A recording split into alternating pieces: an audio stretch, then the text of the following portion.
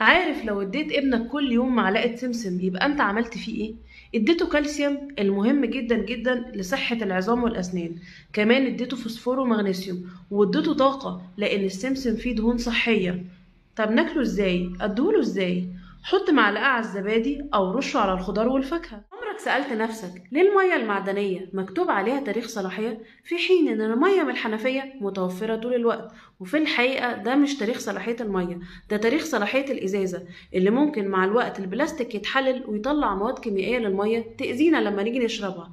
فما بالك بقى اللي بيطلع عين الإزازة في التخزين والرحلات والعصاير وبيستخدمها استخدامات أخرى. خلي بالك البلاستيك ده خطر جدا، بيستخدم مرة واحدة ويترمي، صحتك أمان. بتاخد جلوكوفاج أو سيدوفاج أو أي دواء مادته الفعالة ميتفورمين أيا كان السبب اللي بتاخده عشانه، سواء لعلاج السكر أو مقاومة الأنسولين أو علاج تكيسات المبايض، احذر من النقص الشديد لفيتامين بي 12 لأن الميتفورمين كمادة فعالة بيقلل امتصاص فيتامين بي 12، وبالتالي مع الوقت بيسبب مشاكل في الأعصاب وتنميل في الأطراف وبيقلل مخزون فيتامين بي 12. يبقى الحل إن أنت تاخد فيتامين بي 12 طول مدة العلاج. شايف العلامة دي؟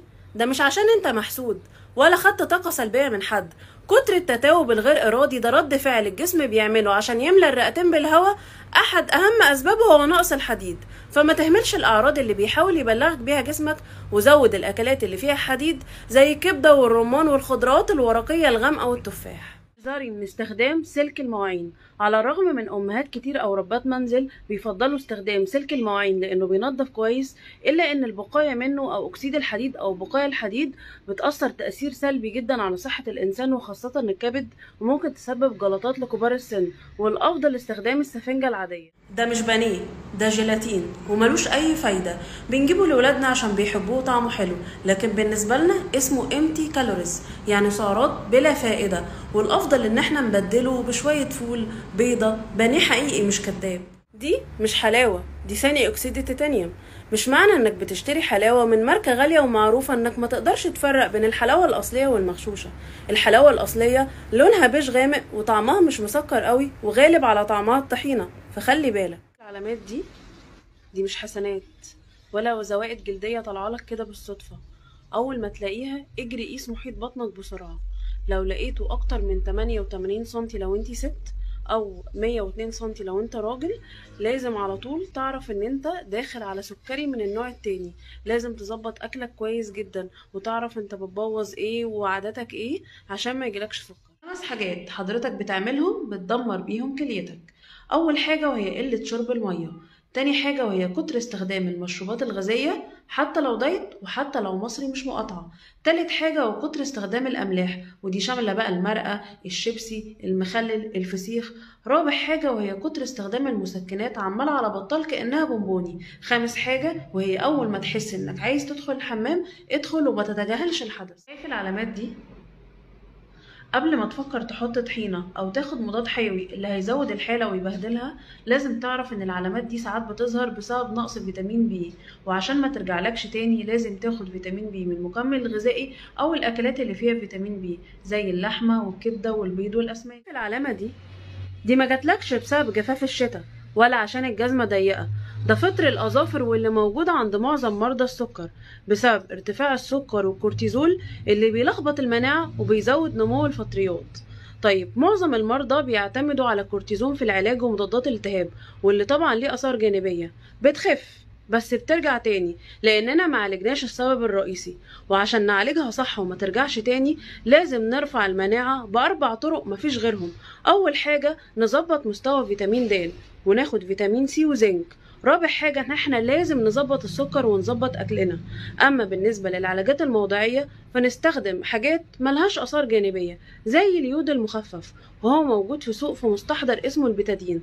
كمان كبريتات المغنيسيوم اللي احنا بنسميها الملح الانجليزي، بنخففها وننقع فيها الرجل تقريبا ربع ساعة وزيت اللافندر اللي بيعتبر مضاد قوي للفطريات. قهوة مش نسكافيه. لما بنوصف لحد قهوة في النظام الغذائي ما بيبقاش قصدي ان هو يبدلها بالنسكافيه.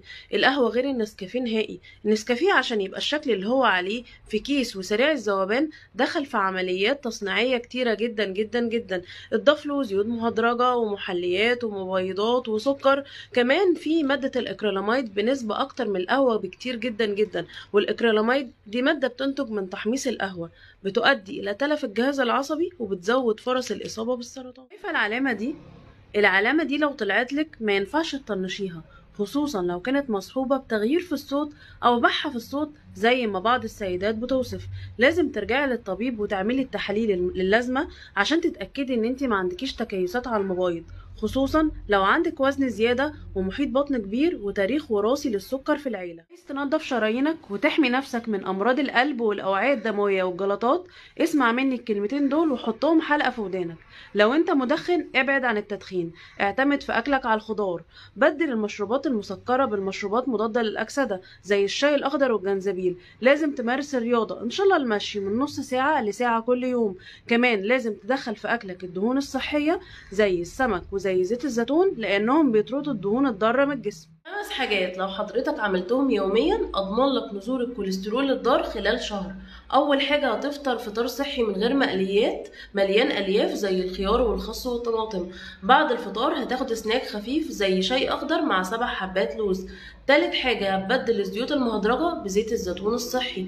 رابع حاجة هتنام كويس وهتمشي كل يوم من نص ساعة لساعة. خامس حاجة اهدى وبطل توتر. لو ابنك بيأثر في شرب اللبن وأكل البيض اهدي كده، وعايزة أقولك ما تقلقيش، في مصادر تانية ممتازة للكالسيوم وتقدري تعتمدي عليها زي السمسم والتين المجفف والفاصوليا والخضروات الورقية واللوز.